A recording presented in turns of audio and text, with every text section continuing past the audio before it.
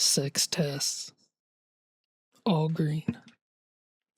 The formatting's clean. The build is quiet, and by every signal the codebase can give me, it should just be working. Well, it doesn't. There's a bug in here that no test can actually see, because no test looks where it lives. So here's the part that actually stings. The compiler already told me about it in one line. The kind of line that every single one of us, we just kind of scroll past. Well, let me show you what that one line is. If you're new, welcome to the channel. This is a series where we build a neural network completely from scratch in Rust. No frameworks, every gradient by hand. Our tensor engine can already add and multiply with working gradient closures. Today isn't about new math. Today is about whether we can trust what's actually under it. So now it's time to be honest. A never read warning on a field you know you'll use later. That's the most ignorable warning in Rust. It's one of those, yeah, I'll read it eventually moments. Everyone scrolls past it, and I scroll past it. But this one is load-bearing, because children isn't some convenience field. It's the edge of our computational graph, and never read is the compiler telling us in plain English that our graph wiring is decoration. So let's do some autopsy. So for exhibit 1, where every node is born, look at the children field. So our vector here is empty. And for a leaf, a tensor uses creates directly. That's correct. Leaves don't have parents. The problem isn't this line. The problem is that nothing anywhere ever writes anything else for it. And for exhibit 2, here's add building its output through tensor new. Same leaf constructor, so the result of the a.add and b comes into the world with no record that a and b produced it. Same story in mul. So our graph has nodes, it just has no edges.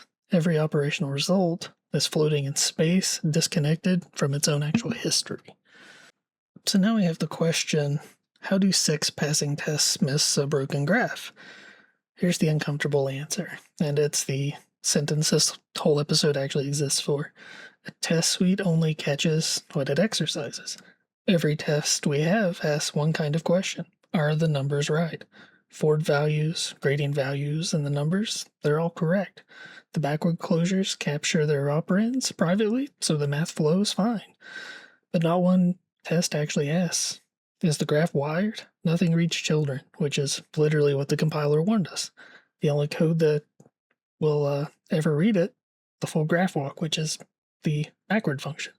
That doesn't exist yet. A field nothing consumes can be silently wrong forever. And here's the counterfactual of what happens if we don't catch this now. The day backwards lands, it walks the children to push gradients upstream. Empty children means the gradient travels exactly one hop, and then it dies. Take a times b plus c. C gets a perfect gradient. A and b sit at 0. No crash, no error, just a network where some weights quietly never learn. Surfacing weeks from now is a training mystery. Nowhere near the actual bug.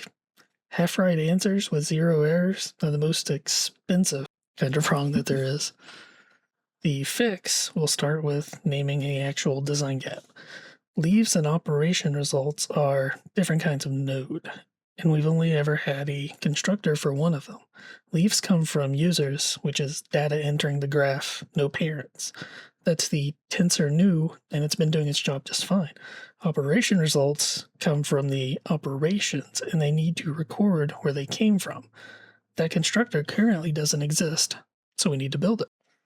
So we're going to call this from operations. Same data and shape as new, plus one more thing.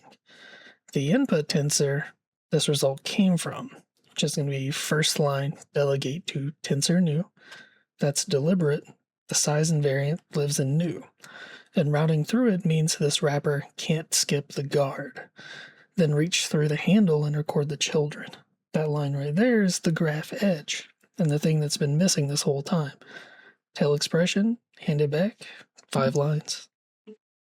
So now we will route add through it. select the old construction and replace it. The new argument will be the vec for vector self.clone other clone. And don't let clone scare you in this sense, because these are the RC handles. They're the same nodes reference count bumped. We're recording pointers to the actual inputs, not copying the tensors themselves. And for mul, we'll add in the same one-liner. And if you look at the picture now, for 3 nodes floating in space, after A and B wired into the thing they actually produce, that's not decoration anymore. We finally have a graph. But we're not done here yet, just because if we stop here, we fixed the bug and left a big blind spot. This week, for testing, we have still never asked whether the graph is wired. We need a kind of test we've never written. Not a Ford test, not a gradient test, we actually need a structure test. So we take 2 inputs, one at first assertion, the output recorded exactly 2 children. That counts the edges. But the 2 lines that matter are these. It's the RC PTR underscore EQ. The children must be the same allocations as A and B, not tensors with equal values. The same nodes, pointer for pointer. So the distinction is the segment's second big idea. It's identity versus value. 2 tensors can hold identical numbers and be complete strangers. In a clone of A, that is A. Same allocation, one more handle. The graph doesn't run on which numbers, it runs on which node. The PTR underscore EQ is how you ask that question in Rust, and is why an equality check here would test the wrong thing entirely. So the mul was basically a twin test. It's going to be rapid fire, same structure, same identity checks. Every operation that records edges gets a test that looks at them. The blind spot is closed, not just the bug. So now we run everything. 8 tests passed, and if we look closely at what's missing, the warning is gone. Children is finally read, so the compiler has nothing left to say. Same green as the open, completely different meaning. At the start of this video, green meant that the numbers work. Now it also means the graph is wired. And if anyone never unwires it, the test screams. And that's what the new testing suite is for, the new test we added. Not to reassure you, but to guard against something.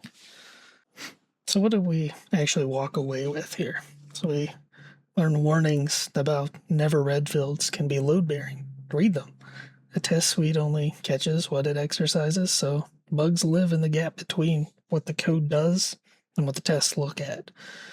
Leaves results deserve different constructors, and a graph structure is tested by identity, not value. If this rhymes with the scalar engine's hidden accumulation bug from earlier in the series, that's good. That's very good, because that's fundamentally what it is. It's the same species, a bug hidden exactly where nothing looked. This time they closed the gap on purpose, but here's the thing about these edges we just wired. So far, they've only carried addition and multiplication. Next episode, they carry the operation neural networks are actually made of, matrix multiplication. And that's built from nothing with the answer written on paper before the code exists. And it's on screen now.